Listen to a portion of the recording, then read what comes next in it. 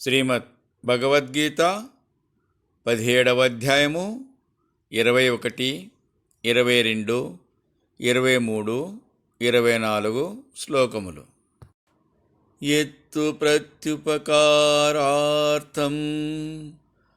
ఫలముద్దిశ్య వా పునః దీయతే చ పరిక్లిష్టం తద్దానం రాజసం స్మృతం.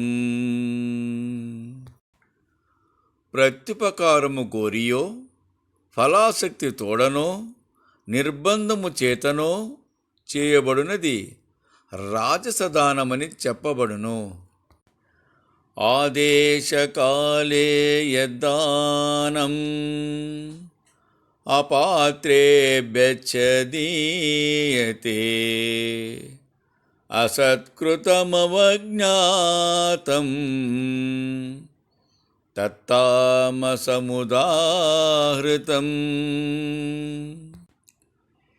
దేశకాల పాత్రముల శుద్ధి పట్టించుకొనక తిట్టుకొనుచు తిమ్ముకొనుచు వెట్టికి చేయు దానము తామసదానమనబడును.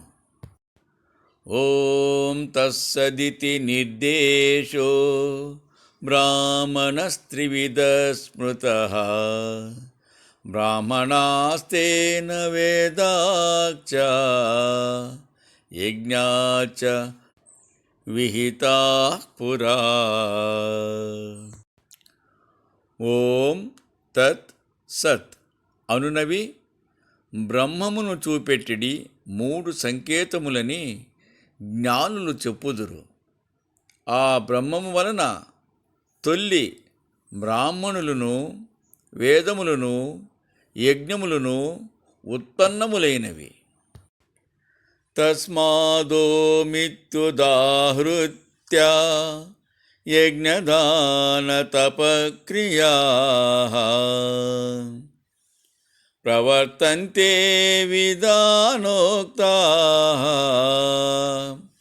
సతతం బ్రహ్మవాదినాం.